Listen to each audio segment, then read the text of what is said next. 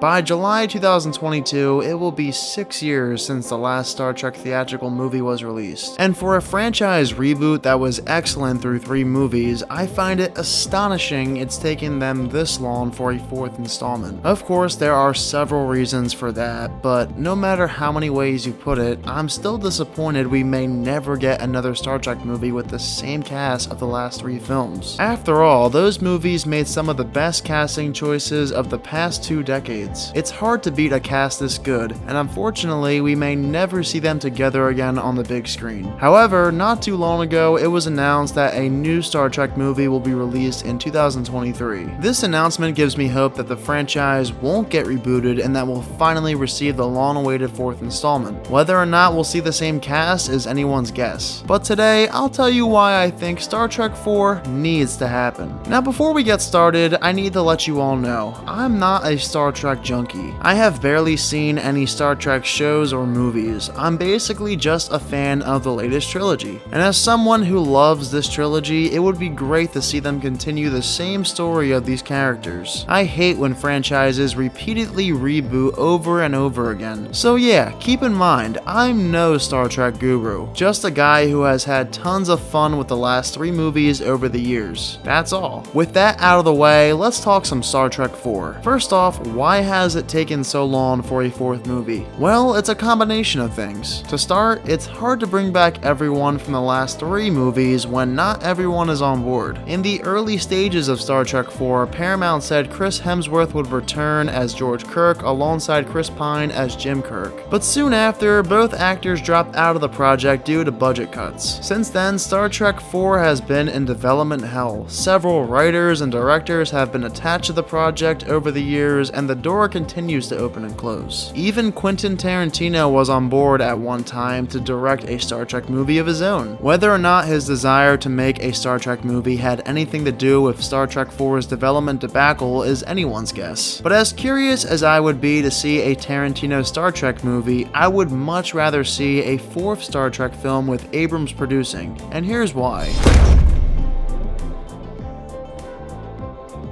I must reiterate this point again and again. The cast of these Star Trek movies are some of the best casting choices of the 21st century. Chris Pine has the charisma needed for a role like Jim Kirk. Zachary Quinto as Spock continues to impress me with his layered performance as the character in each movie. Zoe Saldana as Nyota is the perfect complement to Quinto's Spock while adding some badassery to the role. Plus, Simon Pegg, Karl Urban, John Cho, and Anton Yelchin, God rest his soul, make up one of the greatest ensemble cast you'll ever see. On top of their excellent performances, their chemistry is directly on point. The main group of 7 is like the yin to each of their yangs. Nobody gets overshadowed, everyone has the right amount of dialogue, and the back and forth is top notch. You cannot beat the banter we see in these movies. Plus, how could I ever forget about the villains? Eric Bana as Nero, Benedict Cumberbatch as Khan, and Idris Elba as Krall. While none of the 3 were necessarily perfect, at the very least they were villains I could sympathize with. You understand where they're coming from, all 3 make a convincing villain, and best of all, no movie reveals their full backstories. Until the finale. I love that because it keeps their intentions mysterious, but when everything unfolds, it's mind-blowing. Especially that time travel sequence in the first movie. Ooh, that was good.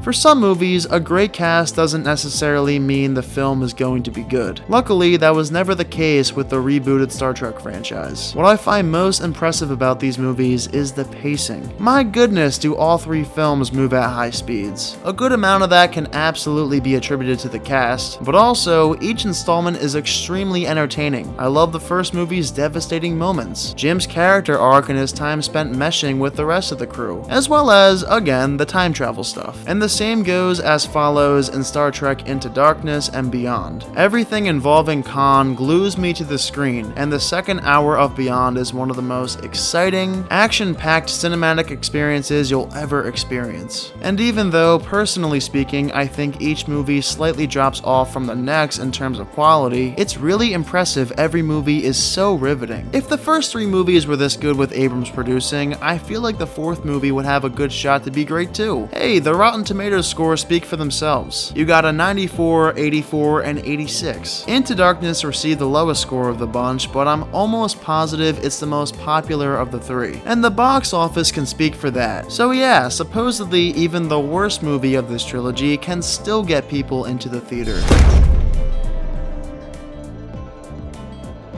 Even though I don't mind how Star Trek Beyond ends the trilogy, I would absolutely prefer if they ended on a higher note. After all, despite the amount of fun I have watching the movie, Beyond feels like an elongated TV episode instead of a blockbuster finale. Whether a real ending would come in a 4th, 5th, or 6th film remains to be seen, but it's hard to imagine a franchise this good ending so abruptly. Again, I really like Star Trek Beyond, but the film teases future installments, and if we never get those, it feels like a wasted opportunity. Plus, there's so much left to be desired, especially with the characters. First off, the film introduces someone new who has lots of potential, Jayla. We never get the chance to see her join Starfleet and become an even bigger hero. As for the Day 1 cast, only really Kirk and Spock have true character development. We still haven't learned much of anything about the rest of the characters. And if it were up to me, I'd make the 4th film and later installments focus heavily on fleshing out the other characters' backstories. There is so much more these characters can offer, and by not giving us a 4th movie, we'll never know what could have been. So what do you guys think? Would you like to see a 4th Star Trek movie with the same cast? Or are you not interested in Paramount revisiting that storyline? Honestly, I think a 4th movie is way overdue, and if the Star Trek film that's getting released in 2023 is another reboot, I'll be pretty upset. I understand this franchise has never knocked it out of the park at the box office, and by that I mean no movie has grossed $500 million or more. You're better off sticking to this crew over switching it up. Unless it's a Tarantino Star Trek led film, which I doubt will even happen. Though, if it does, that'll fill up the theaters. But recasting everyone again with less notable names most likely won't break the box office. My guess is it would perform poorly. I'm talking under $100 million. The cast is the only reason the last trilogy made any money in the first place. Without big names, the franchise will suffer. So definitely let me know your thoughts down below, guys. I'd love to hear them. And of course, as always, if you are new to my channel, click that subscribe button and give this video a thumbs up if you enjoyed it. Thank you all once again so much for watching this video, and I hope you all have a fantastic day.